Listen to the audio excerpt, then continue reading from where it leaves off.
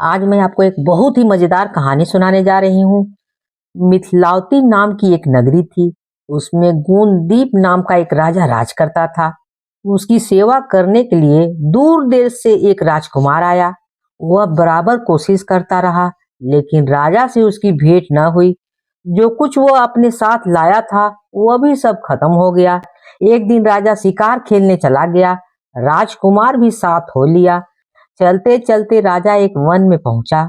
वहां उसके नौकर चाकर बिछुड़ गए।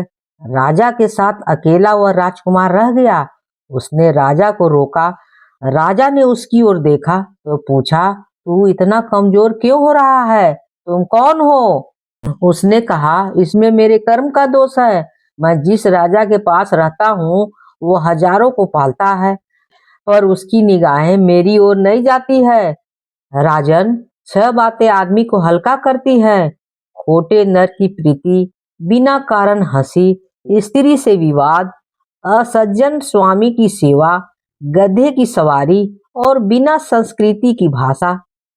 और हे राजा, ये पांच चीजें आदमी के पैदा होते ही विधाता ने उसके भाग में लिख देते हैं। आयु, कर्म, धन, विद्या और यश।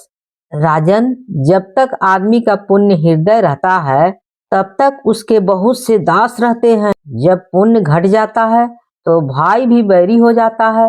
पर एक बात है, स्वामी की सेवा अकारत नहीं जाती है, कभी न कभी फल मिल ही जाता है।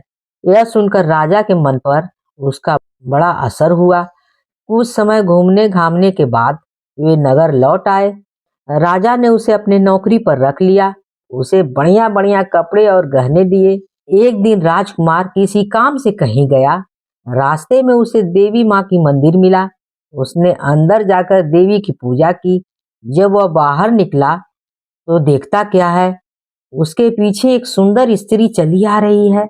राजकुमार उसे देखते ही उसकी ओर आकर्षित हो गया। स्त्री ने कहा, पहले तुम कुंड में स्नान करके आओ, फिर जो कहोगे सो करूंगी। इतना सुनकर राजकुमार कपड़े उतार कर जैसे ही कुंड में घुसा और गोते लगाया कि अपने नगर में वह पहुंच गया। उसने जाकर राजा को सारा हाल कह सुनाया। राजा ने कहा, यह अचरज मुझे भी दिखाओ। दोनों घोड़े पर सवार होकर देवी के मंदिर आए। अंदर जाकर दर्शन किए और जैसे ही बाहर निकले कि वह स्त्री प्रकट हो गई। राजा को देखते ही बोली, महाराज, मैं आपके रूप पर मुग्ध हूँ। आप जो कहेंगे वही करूंगी। राजा ने कहा, ऐसी बात है तो तू मेरे इस सेवक से विवाह कर ले। स्त्री बोली, यह नहीं हो सकता, मैं तो तुम्हें चाहती हूँ। राजा ने कहा, सज्जन लोग जो कहते हैं उसे निभाना है। तुम अपने वचन का पालन करो। इसके बाद राजा ने उसका विवाह अपने सेवक से करा दिया। इतना कहकर बेताल बोला, हे राजन, यह बताओ कि राजा और सेवक दोनों में से किसका काम बड़ा हुआ? राजा ने कहा, नौकर का। बेताल ने पूछा, सो कैसे, बताओ। राजा बोला, उपकार करना राजा का तो धर्म ही है, इसलिए उसके उपकार करने से कोई खास बात नहीं हुई। लेकिन जिसका धर्म नहीं था उसने उपकार किया तो उसका काम बड़ा हो गया। इतना सुनकर बेताल फिर से पेड़ पर लटक गया। और राजा जब उसे पुनः लेकर चला तो उसने आठवीं कहानी सुनाई। अगर कहानी अच्छी लगी हो तो please please like share and subscribe तो कर ही दीजिएगा, भूलिएगा बिल्कुल नहीं। आज मैं आपको एक बहुत ही मजेदार कहानी सुनाने जा रही हूँ। एक बार राजा विक्रमादित्य ने राज और प्रजा की सुख समृद्धि के लिए एक विशाल यज्ञ का आयोजन किया। कई दिनों तक यज्ञ चलता रहा। एक दिन राजा मंत्र पाठ कर रहे थे, तभी एक ऋषि वहां पधारे। राजा ने उन्हें देखा, पर यज्ञ छोड़कर उठना असंभव था। उन्होंने मन ही मन ऋषि का अभिवादन किया तथा उन्हें प्रणाम किया। ऋषि ने भी राज का अभिप्राय समझकर उन्हें आशीर्वाद दिया। जब राजा यज्ञ से उठे तो उन्होंने ऋषि से आने का प्रयोजन पूछा।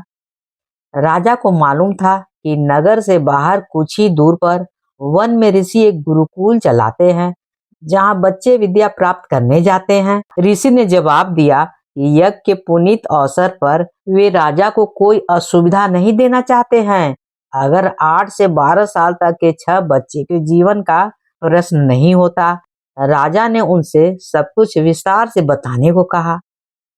इस पर ऋषि ने बताया कि कुछ बच्चे आश्रम के लिए सूखी लकड़ियां बीनने के लिए इधर उधर वन में घूम रहे थे। तभी 2 राक्षस आए और उन्हें पकड़कर ऊंची पहाड़ी पर ले गए। ऋषि के जब वे उपस्थित बच्चे नहीं मिले तो उनकी तलाश में वे वन में बेचैनी से भटकने लगे। तभी पहाड़ी के ऊपर से गर्जना जैसी आवाजें सुनाई पड़ने लगी, जो निश्चित ही उनमें से एक राक्षस की थी।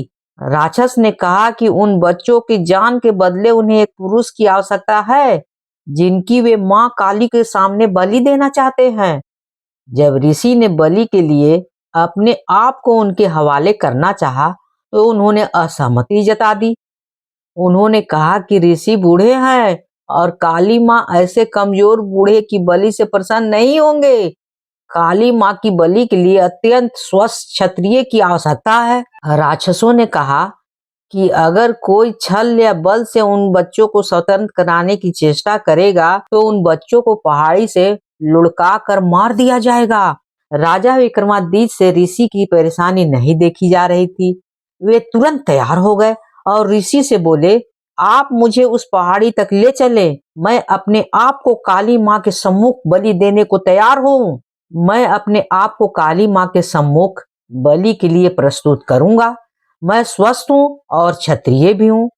राक्षसों की कोई आपत्ति नहीं होगी। ऋषि ने सुना तो वे आश्चर्य रह गए। उन्होंने लाख मना करना चाहा, पर विक्रम ने अपना फैसला नहीं बदला। उन्होंने कहा, अगर राजा के जीवित रहते उनके राज की प्रजा पर कोई विपत्ति आती है तो राजा को अपने प्राण देकर भी उनकी विपत्तियों को दूर करना चाहिए। राजा ऋषि को साथ लेकर उस पहाड़ी तक पहुंचे। पहाड़ी के नीचे उन्होंने अपना घोड़ा छोड़ दिया तथा पैदल ही पहाड़ पर चढ़ने लगे। पहाड़ी वाला रास्ता बहुत कठिन था, पर उन्होंने कठिनाइयां की परवाह नहीं किए। वे चलते चलते पहाड़ की चोटी पर पहुंचे। उनके पहुंचते ही एक राक्षस बोला कि वह उन्हें पहचानता है और पूछने लगा कि उन्हें बच्चों की रिहाई की शर्त मालूम है कि नहीं है।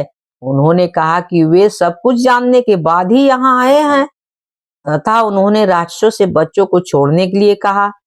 एक राक्षस बच्चों को अपने बाह में लेकर उड़ा और नीचे उन्हें सुरक्षित पहुंचाने आया। दूसरा राक्षस उन्हें लेकर उस जगह आया जहां मां काली की प्रतिमा थी और बलि वेदी बनी हुई थी। विक्रमादित्य ने बलि वेदी पर अपना सर बलि के लिए झुका दिया। वे जरा भी विचलित नहीं हुए। उन्होंने मन ही मन अंतिम बार समझकर भगवान का स्मरण किया और वह राक्षस खग्गड़ लेकर उनका सर धड़ से अलग करने को तैयार हुआ। अचानक उस राक्षस ने खग्गड़ फेंक दिया और विक्रमादित्य को गले लगा लिया। उस जगह पर एकाएक रोशनी तथा खुशबू से भर गई। विक्रम ने देखा कि दोनों राक्षस की जगह इंद्र तथा पवन देवता खड़े थे। उन दोनों ने उनकी परीक्षा लेने के लिए यह सब किया था। वे देखना चाहते थे कि विक्रम सिर्फ सांसारिक चीजों का दान ही कर सकता है या प्राणों को भी दान करने का क्षमता रखता है। उन्होंने राजा से कहा कि उन्हें यज्ञ करता देखते ही उनके मन में इस परीक्षा का भाव जन्मा था। उन्होंने विक्रमादित्य को आशीर्वाद दिया और कहा कि उनकी कीर्ति चारों दिशाओं में फैलेगी। अगर कहानी अच्छी लगी हो तो please like share and subscribe तो कर ही दीजिएगा, भूलिएगा बिल्कुल नहीं। आज मैं आपको एक बहुत ही मजेदार कहानी सुनाने जा रही हूँ। चंपापुर नाम का एक नगर था जिसमें चंपकेश्वर नाम का राजा राज करता था। उसकी एक रानी थी जिसका नाम था सुलोचना और उसकी एक बेटी थी जिसका नाम था त्रिभुवन सुंदरी। राजकुमारी के जैसे नाम थे वैसे उसके गुण थे। जब वह बड़ी हुई तो उसका रूप और निखर गया। राजा और रानी को उसके विवाह का चिंता होने लगी। चारों ओर इसकी खबर फैल गई। बहुत से राजाओं ने अपनी अपनी तस्वीर बनवाकर भेजी, पर राजकुमारी ने किसी को पसंद ही नहीं किया। राजा ने कहा, बेटी कहो तो स्वयंवर करूं, लेकिन वह राजी नहीं हुई। आखिर राजा ने तय किया कि वह उसका विवाह उसी आदमी के साथ करेगा जो रूप, बल और ज्ञान इन तीनों में बढ़ा चढ़ा होगा। एक दिन राजा के पास 4 देश से 4 वर आए। एक ने कहा, मैं एक कपड़ा बनाकर 5 लाख में बेचता हूँ। इसमें से 1 लाख देवता को चढ़ाता हूँ, 1 लाख अपने अंग लगाता हूँ, 1 लाख स्त्री के लिए रखता हूँ और 1 लाख से अपने खाने पीने का खर्चा चलाता हूँ। इस विद्या को कोई नहीं जानता है। दूसरा बोला, मैं जल थल के पशुओं की भाषा जानता हूँ। तीसरा ने कहा, मैं इतना शास्त्र पढ़ा हूँ कि मेरा कोई मुकाबला कर नहीं सकता है। चौथे ने कहा, मैं शब्द वेदी तीर चलाना जानता हूँ। चारों की बात सुनकर राजा सोच में पड़ गया। वे सुंदरता में एक से बढ़कर एक थे। उसने राजकुमारी को बुलाकर उनके गुण और रूप का वर्णन किया, और वह चुप रही, कुछ भी न बोली। इतना कहकर बेताल बोला, राजन, तुम बताओ कि राजकुमारी का विवाह किससे होनी चाहिए? राजा बोला, जो कपड़ा बनाकर बेचता है वह शूद्र है, जो पशुओं की भाषा जानता है वह ज्ञानी है, जो शास्त्र पढ़ा है ब्राह्मण है, पर जो शब्द वेदी तीर चलाना जानता है वह राजकुमारी का सहजाति है और उसके योग भी है। राजकुमारी के विवाह उसी से होनी चाहिए। राजा के इतना कहते ही बेताल गायब हो गया। राजा बेचारा वापस लौटा और उसे लेकर चला तो उसने 10वीं कहानी सुनाई। अगर कहानी अच्छी लगी हो तो please like, share and subscribe तो कर ही दीजिएगा, भूलिएगा बिल्कुल नहीं। आज मैं आपको एक बहुत ही मजेदार कहानी सुनाने जा रही हूँ। एक दिन राजा विक्रमादित्य अपने शयन कक्ष में सो रहे थे। अचानक उनकी नींद टूट गई। उन्होंने ध्यान लगाकर सुना तो रोने की आवाज नदी की तरफ से आ रही थी और कोई स्त्री रोए जा रही थी। विक्रम की समझ में कुछ नहीं आ रहा था कि कौन सा दुख उनके राज में किसी स्त्री को इतनी रात गए बिलख बिलख कर रोने की विवश कर रहा है। उन्होंने तुरंत राज परिधान पहना और कमर में तलवार लटकाकर आवाज की दिशा में चल पड़े। नदी के तट पर आकर उन्हें पता चला कि वह आवाज नदी के दूसरे किनारे पर बसे जंगल से आ रही है। उन्होंने तुरंत नदी में छलांग लगा दी तथा तैरकर दूसरे किनारे पर पहुंचे। फिर चलते चलते उस जगह पर पहुंचे जहां से रोने की आवाज आ रही थी। उन्होंने देखा कि झाड़ियों में बैठी एक स्त्री रो रही है। उन्होंने उस स्त्री से रोने का कारण पूछा। स्त्री ने कहा कि वह कई लोगों से अपना व्यथा सुना चुकी है, मगर कोई फायदा नहीं हुआ है। राजा ने उसे विश्वास दिलाया कि वे उसकी मदद करने का हर संभव प्रयास करेंगे। तब स्त्री ने बताया कि वह एक चोर की पत्नी है और पकड़े जाने पर नगर के कोतवाल ने उसे एक ब्रिज पर उल्टा टंगवा दिया है। राजा ने पूछा, क्या वह इस फैसले से खुश नहीं है? इस पर औरत ने कहा कि उसे फैसले पर कोई आपत्ति नहीं है, लेकिन वह अपने पति को भूखा प्यासा लटकता नहीं देख सकती है। चूंकि न्याय में इस बात की चर्चा नहीं की वह भूखा प्यासा रहे, इसलिए वह उसे भोजन तथा पानी देना चाहती है। विक्रम ने पूछा कि अब तक उसने ऐसा क्यों नहीं किया?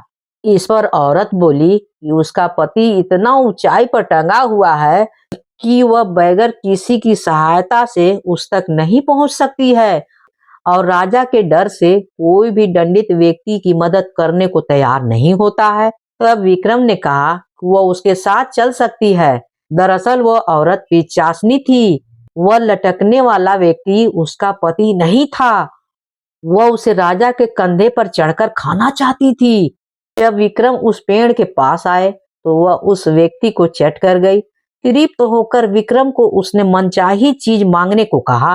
विक्रम ने कहा वह अन्नपूर्णा प्रदान करे जिससे उसकी प्रजा कभी भूखी न रहे। इस पर वह पिशाचनी बोली कि अन्नपूर्णा देना उसके बस में नहीं है, लेकिन उसकी बहन प्रदान कर सकती है। विक्रम उसके साथ चलकर नदी के किनारे आए जहां एक झोपड़ी थी। पिशाचनी की आवाज देने पर उसकी बहन बाहर निकली। बहन को उसने राजा का परिचय दिया और कहा कि विक्रमादित्य अन्नपूर्णा के सच्चे अधिकारी हैं, अतः वह उन्हें अन्नपूर्णा प्रदान करे। उसकी बहन ने सहर्ष अन्नपूर्णा उन्हें दे दी। अन्नपूर्णा लेकर विक्रम अपने महल की ओर रवाना हुए। तब तक भोर हो चुकी थी। रास्ते में एक ब्राह्मण मिला।